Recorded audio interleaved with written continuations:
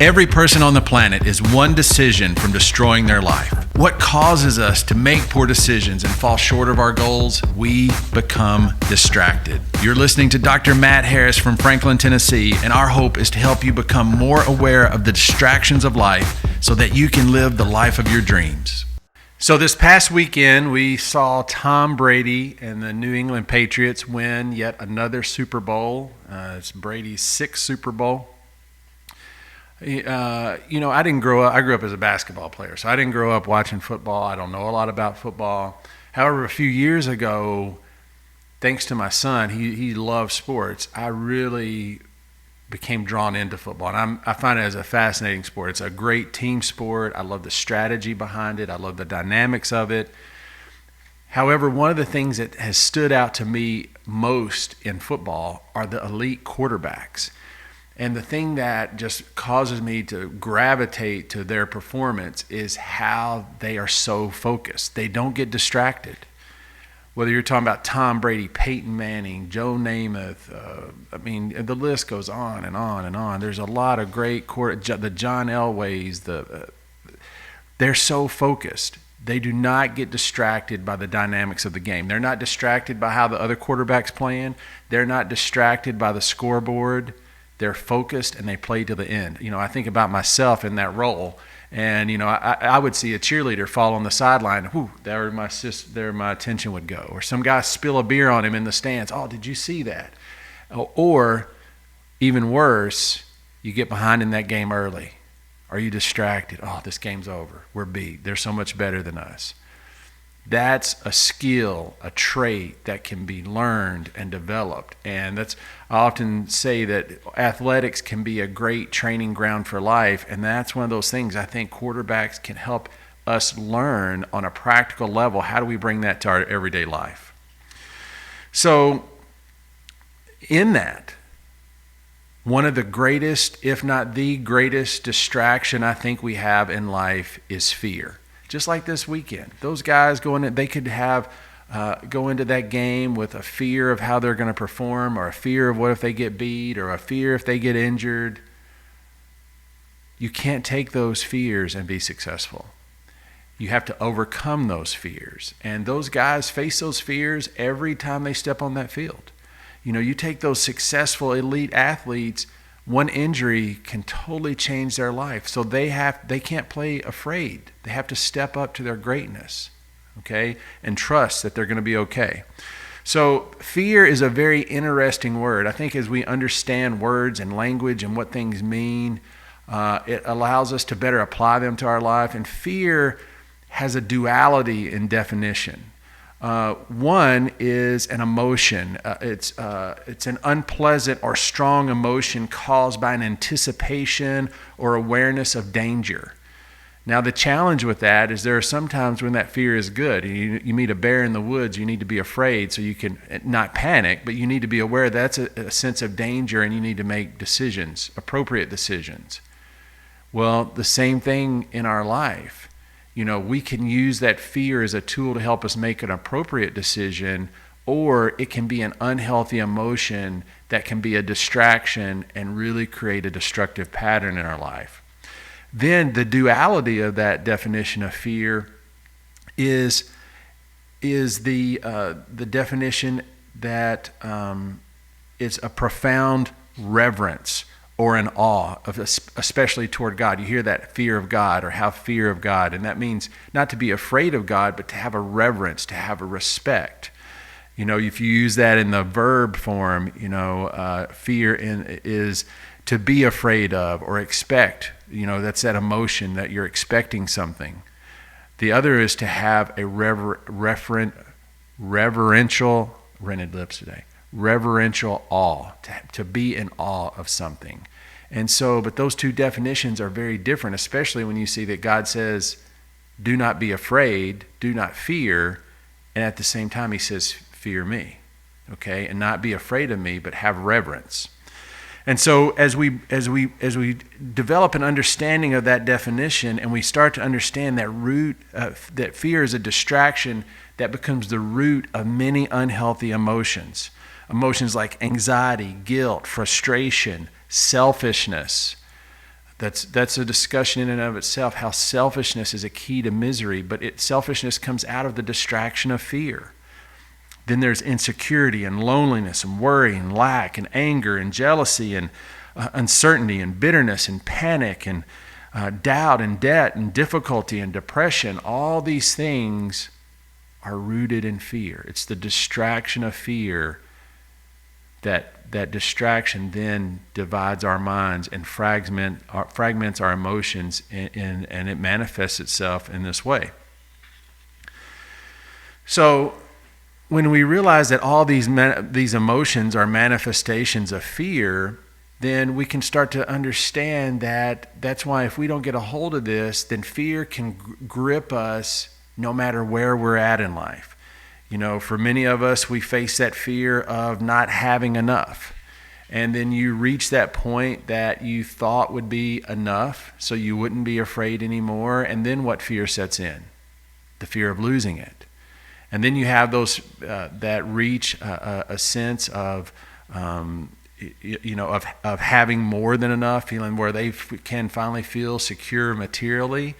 And then there's a fear of losing their health or losing a relationship or whatever it may be. They're all gripped by fear. And I saw this in my own life. And, I remember as a young kid, the sense of insecurity that came from, I look different than everybody else, and it made me feel different. And sometimes we see those differences and they make us insecure. And that's where I was as a young kid. And so that fear motivated me to want to perform in certain areas to try to get acceptance, to feel like everybody else or to feel a sense of worthiness.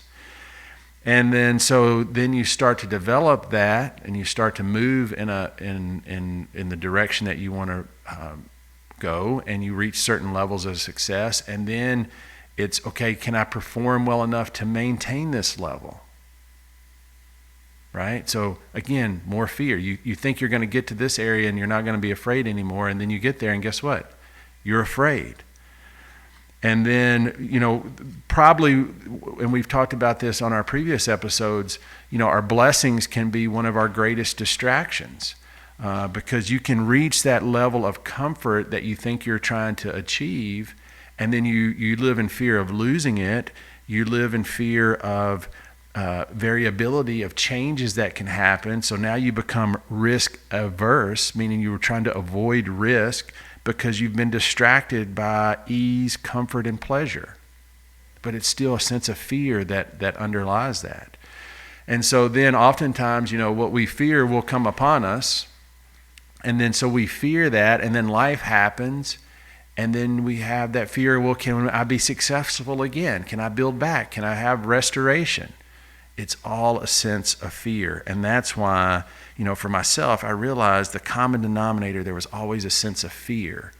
And when there's that sense of fear, it robs you of experiencing your life at its best. And not only that, it robs you of your creativity. It robs you of taking action. So how do we battle these fears?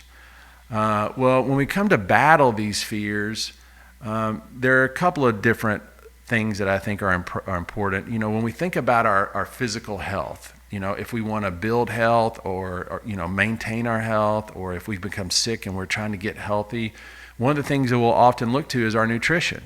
How do I give my body the resources it needs to be healthy? Well, guess what? I think the same principle applies with our mind. And one of the first ways to battle fear after recognizing what causes that fear or that we do have that fear is our mental nutrition. And over the years, I've developed so many resources that people or things that I listen to help provide that mental nutrition. Those quotes that, things like, I didn't come this far to only come this far. And people like Les Brown and Tony Robbins, they are great at giving insight and mental nutrition.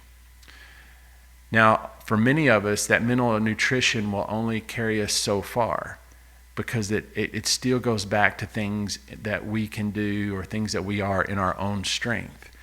And oftentimes we'll face things in life or difficulties or challenges that are just greater than our own strength. So then that's where we're looking to those resources that are greater than ourselves.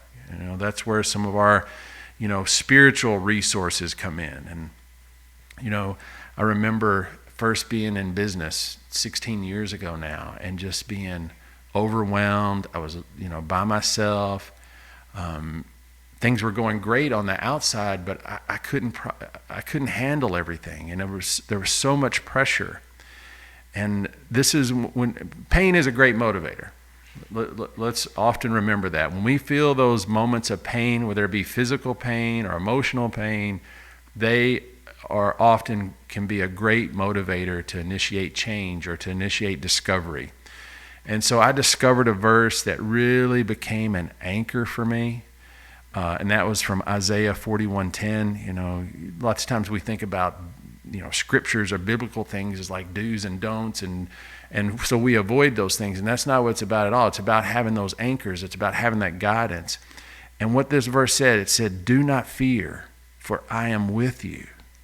Do not anxiously look about you, for I am your God. I will strengthen you. Surely I will help you. Surely I will uphold you with my righteous right hand." And it was in those moments of, great fear and uncertainty and feeling overwhelmed and anxious that those two surelys just gripped me to just say, trust. Surely I'm going to help you. Surely you're not going to have to do this by yourself. And then, in 2 Timothy 1:7, where, we talk about God says, don't be afraid, but have reverence. That one word, fear, but two different meanings. And God says that he did not give us a spirit of fear, but a spirit of power and of love and of a sound mind. And for me to recognize those moments when I found myself afraid and I found myself uncertain, I found myself insecure, to realize God said, you know what? That didn't come from me. I didn't give that to you. And so as we have that foundation, then now how do we train our minds? How do we train our emotions? How do we position ourselves so we can overcome those obstacles and move forward in a healthy direction? Because it's not just about battling fear, it's about overcoming fear. And to do that, we have to take fear from being a mental and an intellectual concept to a practical application. All right, overcoming fear. I'm going to repeat that. How do we take battling fear? How do we overcome it? And that means that fear goes from being a mental and intellectual concept to what do we introduce to be a practical application to overcome that fear? And that's what faith is. Now, faith sounds easy on paper, right? Have faith. But what does that mean? So, after going through some challenges and facing some things that were creating a lot of fear and uncertainty, and realizing that I could not operate in that state and go to where I wanted to go or achieve what I was hoping to achieve, I would literally have to say to myself, if I knew everything was going to be okay, if I truly believed everything was going to be okay, how would I work today? How would I be with my kids today? How would I address my wife today? What would I do with my friends today? If I truly believed everything was going to be okay.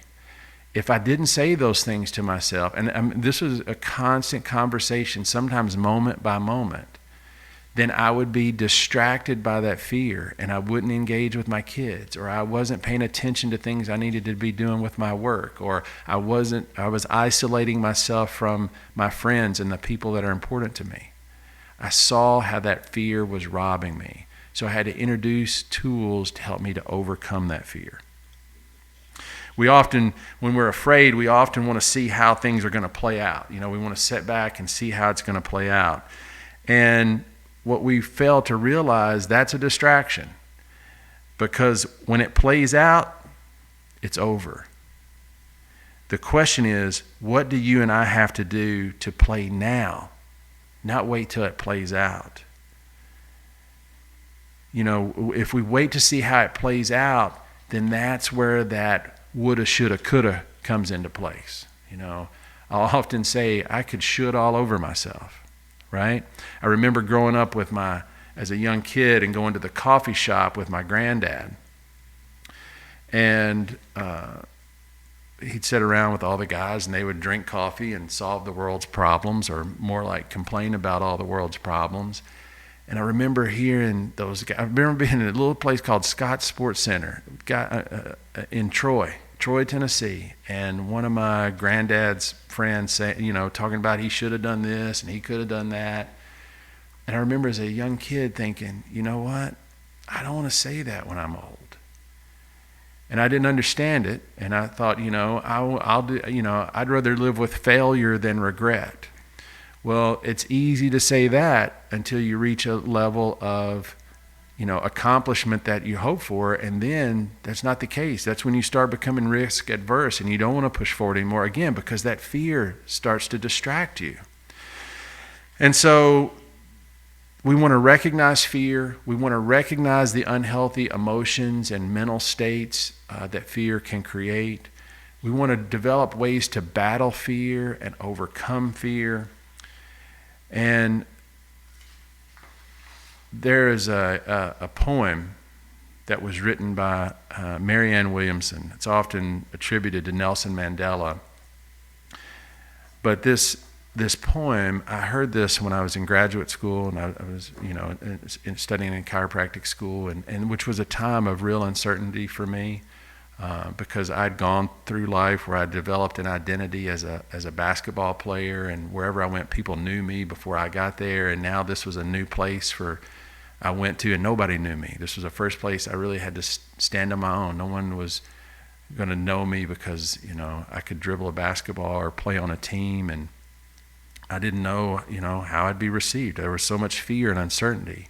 Were they always nice to me before? Did they always like me before because I was a basketball player? Well, now I'm just Matt. What does that mean? And so when I heard this the first time, it just gripped me. And it's one of those pieces, it gripped me so much, and this was back before you had Google and you just print things off, so I had to go to the library and look it up, and I wrote it down, and I stuck it under my bed, and I memorized it. I learned it because it became mental nutrition for me. And what it says, our deepest fear is not that we are inadequate. Our deepest fear is that we are powerful beyond measure. It is our light, not our darkness, that frightens us most. We ask ourselves, who am I to be brilliant, gorgeous, talented, fabulous? Actually, who are you not to be? You are a child of God. Your playing small does not serve the world. There's nothing enlightened about shrinking so that others won't feel insecure around you. We are all meant to shine as children do. We were born to make manifest the glory of God that is within us. It's not just in some of us. It's in each and every one of us. And as we let our own light shine, we unconsciously give others permission to do the same. As we are liberated from our own fear, our presence automatically liberates others. We want to be liberated from those fears, not just for ourselves, but for those around us. Thank you for joining us this week. I want to thank Saints Alive and Justin Owens for all of our production, all of our social media, all the things that they provide for us. They do a great job, and we really appreciate them. And I want to encourage each of us, each and every day, to remember the importance of training your mind, controlling your emotions, saying no to fear, and to keep pressing on. Thanks. Figure out what's working, that's where you put your hands. Don't let up for a moment, even when you're in the sand. The ground beneath your feet ain't solid, no, ain't strong, but the measure of a man is in his will to carry on. I am walking through the the fire. I am moving with my head up high. I am learning what it means to keep pressing on. I'll keep pressing on. The grass is always greener on the other side, but the things that bring you there will prepare you for that time.